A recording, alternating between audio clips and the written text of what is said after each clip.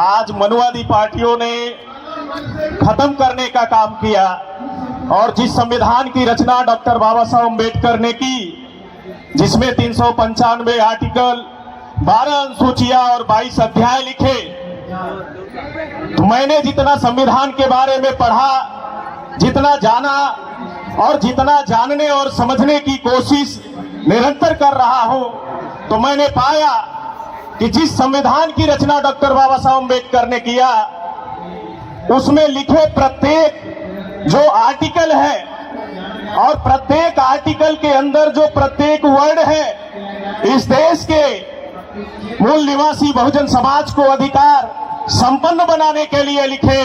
लेकिन ये ईवीएम से चुनी हुई सरकारों ने उसी डॉक्टर बाबा साहब अम्बेडकर के संविधान में पिछले 75 सालों में 400 से अधिक संविधान में संशोधन कर दिए। तो इन संविधान संशोधनों से क्या इस देश के मूल निवासी बहुजन समाज के अधिकारों में वृद्धि हुई?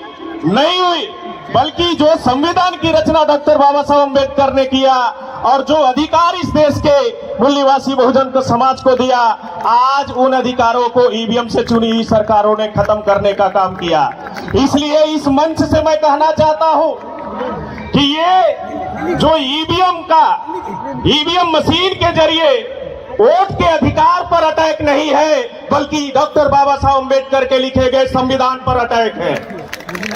ये ईवीएम मशीन के जरिए जो मनुवादी पार्टियां हैं, ये इस देश के मूल निवासियों के वोट के अधिकार पर अटैक नहीं कर रही है, बल्कि डॉक्टर बाबा साहब अम्बेडकर के लिखे गए संविधान पर अटैक कर रही है। और संविधान पर अटैक इस देश के मूल निवासी बहुजन समाज के लोग बर्दाश्त नहीं कर सकते।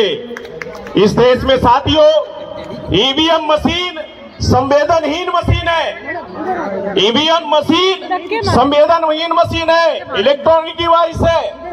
और संवेदनहीन मशीनों से पैदा हुए जो एमपी, एमएलए, मिनिस्टर और चीफ मिनिस्टर और प्राइम मिनिस्टर, उनके अंदर इस देश के मूल निवासियों के प्रति कैसे संवेदना हो सकती है, जिसकी वजह से आज इस देश के ओबीसी, एससी, एसटी, माइनॉरिटी के लोगों पर बड़े पैमाने पे एट्रोसिटी हो रही है। साथियों, ईवीएम से चुनी हुई सरकार ने पिछले, अगर हम बात करें 2 दशक से, भारत के लोकतंत्र में भी इस देश के संविधान को खतरे में नहीं डाला, बल्कि इस देश में रह रहे मूल निवासी शोषित, वंचित, पीड़ित समाज के हक, अधिकार और उन्हें मान सम्मान, स्वाभिमान से जीवन जीने के अधिकार को आज खतरे में डाल दिया है। इसलिए साथियों, इस देश के एक बड़ी आबादी जो भारत के मुसलमानों की है, और उस बड़ी आबादी को पिछले 1 दशक में अगर देखें, तो पिछले 1 दशक में लगातार ईवीएम घोटाले से चुनी हुई जो सरकार आ रही है, कभी लव जिहाद के नाम पर मुस्लिम नौजवानों का कत्ल कराने का काम कर रही है, कभी मोमिन सिंह के नाम पर, कभी गौकसी के नाम पर पहलू खान मारे जाते हैं, तो कभी 1 लाख मारे जाते हैं। और कभी इसी मुल्क में साथियों हम देखते हैं इस देश के फंडामेंटल राइट के खिलाफ जाकर कानून बनाए जाते हैं, 3 तलाक पर 370 हटाने का और सीए, एनआरसी, एनपीआर लाने का।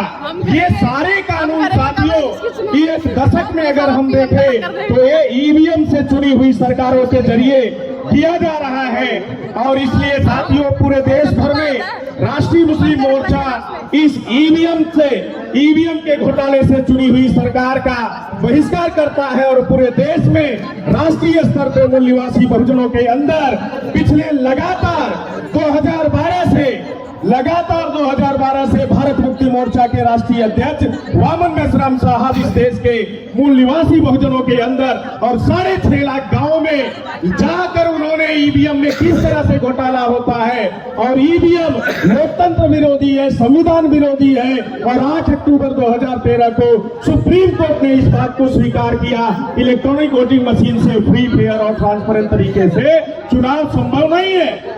ये बातें लगातार 6.5 लाख गांवों में भारत मुक्ति मोर्चा के राष्ट्रीय अध्यक्ष वामन मेश्राम साहब ने लाखों कार्यक्रम लगाकर इस देश के मूल निवासी बहुजनों के अंदर ईवीएम में घोटाले को पर्दाफाश किया, एक्सपोज किया, और उस एक्सपोज और पर्दाफाश का नतीजा है आज देश की राजधानी दिल्ली में हम इलेक्शन कमीशन ऑफ इंडिया को घेरने के लिए यहाँ इकट्ठा है। इसलिए साथियों, हमें आज इकट्ठा होकर इस देश के लोकतंत्र और संविधान को खत्म करने वाले इस तंत्र को खत्म करने की जरूरत है, और हम सभी लोग इस देश के मूल निवासी हैं। इसलिए साथियों, मैं कहा करता हूं, हम सभी लोग इस देश के एक सभ्यता और एक संस्कृति और एक रक्त के लोग हैं, एक खून के लोग हैं, एक डीएनए के लोग हैं। इसलिए मैं कहा करता हूं कि शेरनी की नस्लें कभी सियार पैदा नहीं करती, शेरनी की नस्लें कभी सियार पैदा नहीं करती, हम मूल निवासियों की माएँ कभी गद्दार पैदा नहीं करती। भेड़ियों की ताकत से, भेड़ियों के ताकत से जो आरएसएस और बीजेपी के लोग हैं, इस मंच से मैं चुनौती देना चाहता हूं, भेड़ियों की ताकत से चीते मरा नहीं करते, भीम और बुद्ध और मोहम्मद के दीवाने किसी से डरा नहीं करते, डरा नहीं करते। हम डरने वाले लोग नहीं हैं, लड़ने वाले लोग हैं, संघर्ष करने वाले लोग हैं। साथियों, आखिरी बात नारे के साथ मैं समाप्त करना चाहता हूं। हम बोलेंगे एक नारा कि वोट की चोरी ईवीएम से नहीं चलेगी, नहीं चलेगी। वोट की चोरी ईवीएम से नहीं चलेगी, नहीं चलेगी। वोट की चोरी ईवीएम से नहीं चलेगी, नहीं चलेगी। वोट की चोरी ईवीएम से नहीं चलेगी, नहीं चलेगी। ईवीएम तुम्हारा, वोट हमारा। ईवीएम तुम्हारा,